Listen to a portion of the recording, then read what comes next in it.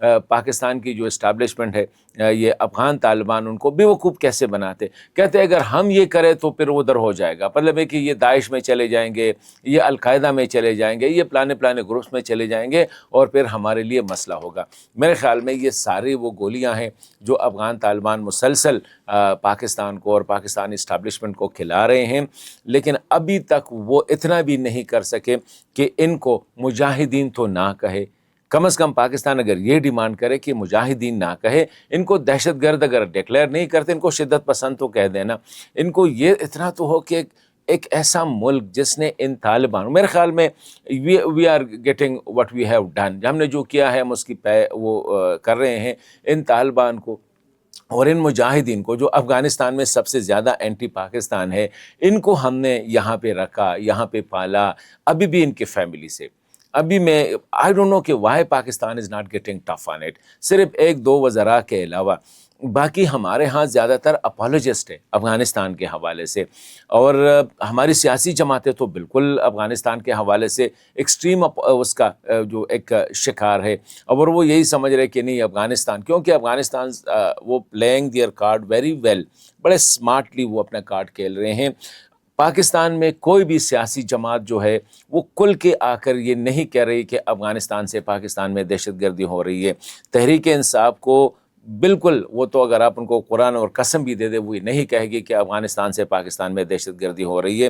اسی طرح جماعت اسلامی، اس طرح جے یو آئی، اس طرح دیگر سیاسی جماعتیں وہ بالکل نہیں کہتی ہے۔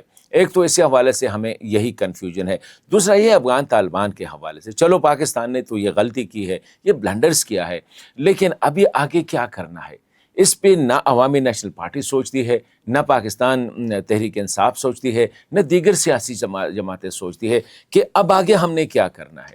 غلطی ہو گئی ہے، اچھا ہوا ہے، برا ہوا ہے، اس وقت پختونخوا ہماری ہاتھوں سے نکل رہا ہے، اس وقت کی کوئی بھی محفوظ نہیں ہوگا۔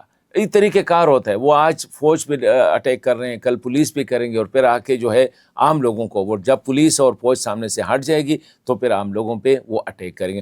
اب تحریک انصاف کا جو بیانیہ ہے، تحریک انصاف ٹوٹلی کنفیوژن کا شکار ہے۔ ایک سائڈ پہ کہہ رہے ہیں کہ آپریشن ہو رہا ہے دہشت گردوں کا خلاف، دوسری سائڈ پہ کہتے ہیں کہ ہم امن چاہتے ہیں اور بات چیت کس سے کرنی ہے؟ میں سمجھتا ہوں کہ ہمیں ریاست کو، خواہ وہ اسلام آباد کرتا ہے، خواہ وہ پنڈی والے کرتے ہیں، یہ کنفیوژن ختم کرنا ہوگا، اور یہ جو سیاسی کنفیوژن ہے، سیاسی جماعتوں کے درمیان جو کنفیوژن ہے، پھر یہ نیچے جا کے لوگوں میں بھی سرایت کر جاتی ہے، تو لوگ بھی کنفیوز ہو جاتے۔ ایک حجرے میں اگر پی ٹی آئی والا بیٹا ہے تو وہ یہی کہہ رہا ہے کہ یہ جو دہشت گرد ہے یہ ہمارے اپنے لوگ ہیں، اور یہ جو ڈالروں کے لیے فوج لڑ رہی ہے، یہ پلانے کے لیے لڑ رہی ہے، پرائے کی جنگ ہے۔ عوامی نیشنل پارٹی کچھ اور گیت گا رہی ہے، جماعت اسلامی کچھ اور گیت گا رہی ہے، مسلم لیگ والے کچھ اور گیت گا رہی ہے، تو نیچے جو بندہ ہے وہ بالکل کنفیوز ہو رہا ہے۔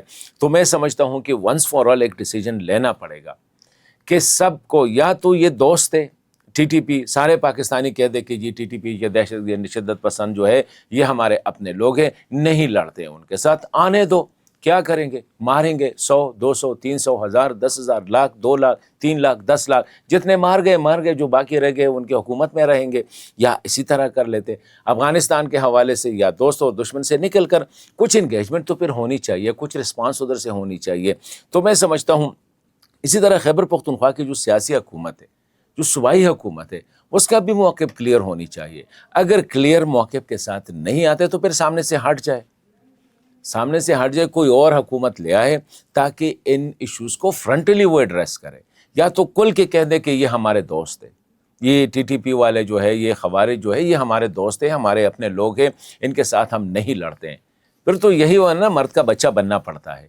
یا یہ کہہ دے کہ یہ ہمارے دشمن ہیں، ہمارے بچوں کو مار رہے ہیں، ہمارے لوگوں کو مار رہے ہیں، ہمارے فورسز کو مار رہے ہیں، پولیس کو قتل کر رہے ہیں، تو یہ ایک سچویشن۔ دوسری بات یہ ہے کہ مرکز کو، یا مطلب ہے کہ ریاست کو، خیبر پختونخوا کی پولیس کو اسٹرینتھن کرنا پڑے گا۔ اس کے لیے یہ ضروری نہیں ہے کہ آپ جو ہے نا کہ یہ صوبائی حکومت کا کام ہے، جس کا بھی کام ہے، لیکن ابھی اگر مرکز یہ کر دے کہ ان کو اسلحہ دے، ان کو آرمڈ کار دے دے، ان کے لیے پولیس اسٹیشن تھوڑا سا صوبے کے پیسوں سے پھر کاٹ دے، جیسا بھی ہو سکتا ہے، لیکن یہ کرنا پڑے گا تاکہ وہ فرنٹ پہ لڑ رہے ہیں. تو کنفیوژن سیاسی سطح پہ بہت زیادہ ہے.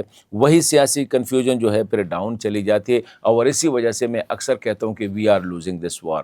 تو اس لیے میں آج کی ویڈیو میں کہتا ہوں لیٹس بی کلیئر. شدت پسند ہمارے دوست ہے، بھائی ہے یا دشمن ہے، ہونا چاہیے. مخالفت آپریشن کرتے ہیں یا نہیں کرتے، کھل کے کہہ دیں. نہیں کرتے، نہیں کرنا چاہیے، پھر نہیں کرتے. کرتے ہیں تو پھر ڈٹ کے کرنا پڑے گا.